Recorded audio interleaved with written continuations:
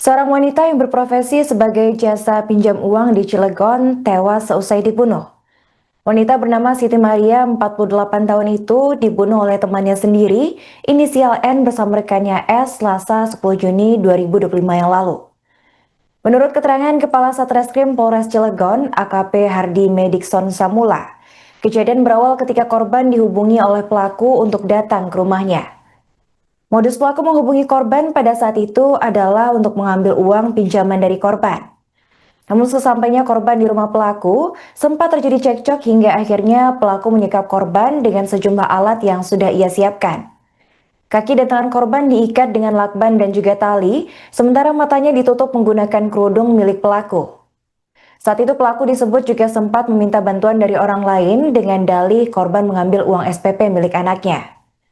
Pelaku dengan bantuan dua orang lainnya, inisial S dan G, lalu menduduki tubuh korban hingga akhirnya tidak sadarkan diri. Aksi pelaku ini kemudian diciduk oleh anak dan mantan suaminya setelah seseorang berinisial G melapor ke anak pelaku. Pelaku akhirnya membawa tubuh korban menuju Rumah Sakit Umum Daerah atau RSUD Kota Cilegon dengan memesan taksi online. Selesai sampai di IGD RSUD Kota Cilegon, pelaku kemudian meninggalkan korban dengan dalih bahwa Siti Maria korban dari kasus KDRT. Menurut keterangan Hardi, korban diduga tewas akibat adanya penyakit bawaan seperti asma, asam urat, dan darah tinggi yang dipicu dari aksi pelaku.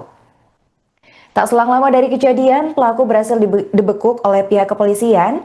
Ia kemudian dijerat dengan pasal 340 sub pasal 338 KUHP dan atau pasal 365 ayat 3 dan atau pasal 170 ayat 3 dan atau pasal 351 ayat 3 KUHP dengan pidana mati atau seumur hidup. Hari ini kita akan melaksanakan rilis terkait ungkap kasus tindak pidana pembunuhan yang terjadi pada hari Selasa tanggal 10 Juni 2025 itu sekitar pukul 15 yang bertempat di rumah pelaku yang beralamat di Ling Simpang 3 Cilegon, Ramanuju, Kecamatan Purwakarta, Kota Cilegon. Para pelaku ini ada dua orang, Nuraini dan Susi Karmila. Itu Nuraini 50 tahun dan Susi Karlina 56 tahun ya. Untuk korban sendiri almarhum Siti Maria 48 tahun.